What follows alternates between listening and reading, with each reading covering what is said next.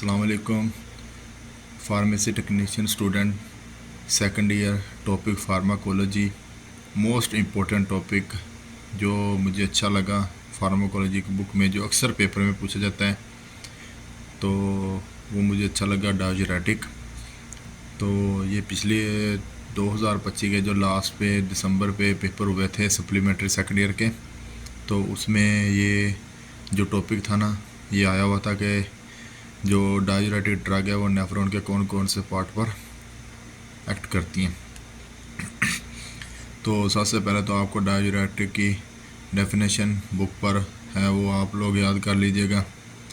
उसके बाद आगे उसकी प्रोटोटाइप ड्रग हैं, जिसमें थायाजाइड डाययूरेटिक है, लूप डाययूरेटिक है, उसके बाद पोटाशियम स्पेरिंग डाययूरेटिक है, उसके बाद कार्बोनिक एनहाइड्रेज इनहिबिटर है, और लास्ट पे है ओस्मोटिक डाययूरेटिक। तो पिछली दफ़ा ये पहले तो आपको पता होगा 120 नंबर का पेपर होता था, जिसमें 60 नंबर के एमसीक्यूज और 60 नंबर के लॉन्ग क्वेश्चन हर पार्ट में से हर बुक में से उन्होंने कोई 5-5 ले लेने, ठीक है। लेकिन ये जो 2025 के एंड दिसंबर पे जो सप्लीमेंट्री के पेपर हुए हैं, उनमें उन्होंने जो पेपर पैटर्न है वो चेंज कर दिया। उन्होंने 100 नंबर का पेपर कर दिया है, जिसमें 50 नंबर के एमसीक्यूज हैं और 50 नंबर के लॉन्ग क्वेश्चन हैं। तो जो अब फिर उन्होंने उसमें भी और पार्ट बनाया है। जिस तरह फ़र्ज़ करें, मैं अभी आपको ये जो डायग्राम दिखा रहा हूँ, ये नेफ्रॉन के डायग्राम है। इस तरह उन्होंने डायग्राम दी हुई थी और उन्होंने पूछा था कि डाययूरेटिक है उसकी डिफ़ाइन लिखो। 2 नंबर की डाययूरेटिक की डिफ़ाइन है, और 3 नंबर की ये आपने जो लेबल है ना, ये करना था कि ये जो नेफ्रॉन की ये जो तस्वीर है ना, डायग्राम है, इसमें डाययूरेटिक जो ड्रग है ना, वो कहाँ कहाँ पर है ना एक्ट करती हैं। वो डायग्राम में उन्होंने वो ब्लैंक लिखा हुआ था, ब्लैंक दिए हुए थे उधर। आपने ना ये जो थायाजाइड डाययूरेटिक है, लूप डाययूरेटिक है, ये आपने ना उधर लिखने थे। तो खैर छोड़े, अब हम आपको इधर टॉपिक है वो आपको बताते हैं। ये आप देख सकते हैं, एक नेफ्रॉन की मैंने ना एक बनाई है, डायग्राम बनाई है। तो जिसके कुछ पार्ट हैं, ये जो पार्ट है ये कलेक्टिंग डक्ट है, तो ये डिस्टल कन्वोल्यूटेड ट्यूबल है। ये जो मैंने बनाया ना, ये इसके साथ और भी बहुत सारी नेफ्रॉन अटैच होती हैं, ठीक है। ये एक नेफ्रॉन का मैंने स्ट्रक्चर लिया। ये किडनी, आपको पता होगा जो हमारी किडनी का बेसिक स्ट्रक्चर है ना, वो नेफ्रॉन है। तो ये जो डाययूरेटिक ड्रग है ना, ये एक्ट करती है जाके किडनी पर, ठीक है। जिसमें किसी सोडियम की रिटेंशन करा रही है, कहीं पर पोटाशियम की रिटेंशन, कहीं पर पानी की रिहाइड्रेट करा रही है, ठीक है। कहीं पर पानी की रिएब्जॉर्प्शन ज़्यादा करवा रही है, कहीं पर कम करवा रही है। तो ये इंशाल्लाह जो अगला टॉपिक होगा उसमें आपके वो जो मैकेनिज़्म ऑफ एक्शन है ना हर ड्रग है, ये जो ड्रग मैंने साइड पे ये बनाई हुई हैं, 5 ड्रग लिखी हुई हैं, इनके जो मैकेनिज़्म ऑफ एक्शन है, ये इंशाल्लाह अगले लेक्चर में आपके साथ शेयर किया जाएंगे। तो बाकी ये इसको पहले आप समझ लें कि ये जो नेफ्रॉन के डायग्राम है, इसके पार्ट और कौन कौन सी ड्रग है कौन कौन से पार्ट पर एक्ट करती है। तो इसके बाद ये हमारे पास डिस्टल कन्वोल्यूटेड ट्यूबल है। ये मेरे पास यू शक्ल है। ये जो यू शक्ल है इसको कहते हैं लूप ऑफ हेनले। इसके 2 हैं, एक असेंडिंग लूप ऑफ हेनले और एक डिसेंडिंग लूप ऑफ हेनले। उसके बाद ये जो आगे ऊपर की तरफ चल रही है, इसको कहते हैं डिस्टल कन्वोल्यूटेड ट्यूबल। और ये जो कैपिलरीज हैं, इसको कहते हैं बोमेन कैप्सूल। इसके अंदर वो कैपिलरीज होती हैं खूनी, इसको हम लोग फ़िल्टर प्लांट भी कह देते हैं। इधर ही फिल्ट्रेशन होती है। ये जो 2 चीज़ें आ रही हैं, ये एक आर्टरी और एक वेन है। ये इसी के अंदर इस तरह मतलब कि आके जो आपका ब्लड होता है वो इसमें आता है फ़िल्टर में, इधर से फिर पानी की फ़िल्ट्रेशन होती है, ठीक है।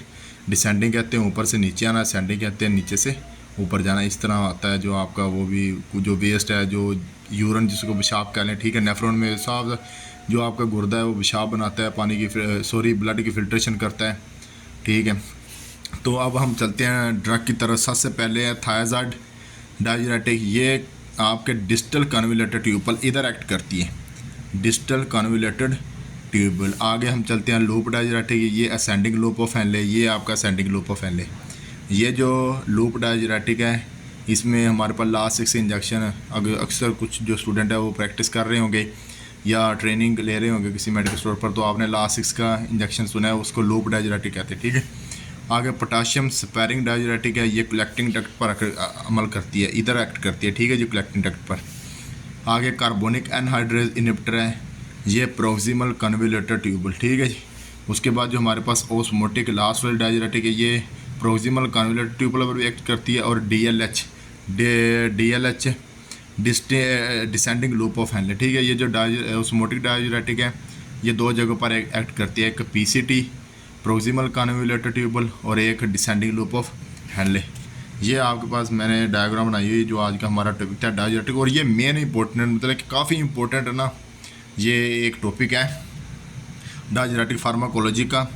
तो बाकी अगर आपने कोई टॉपिक समझना हो फार्माकोलॉजी का कोई भी, ठीक है, जिसमें एंजाइटी एंजाइलिटिक हो, चाहे वो anti epileptic anti hyper anti arrhythmic हो, एंटी एंजाइनल मेडिसिन हो, उसके बाद वो जो एट्रोपिन एड्रेनालिन और डोपामिन, मतलब कि जो आपकी बुक्स में कोई भी टॉपिक हो आप पूछ सकते हैं, कोई रिलेटेड नहीं आप नीचे कमेंट सेक्शन में कमेंट कर दें कि सर हमें ये टॉपिक आज समझा दें, तो उसी के रिलेटेड इंशाल्लाह जो वीडियो है वो बना के वो जो टॉपिक होगा आपके साथ शेयर की जाएगी।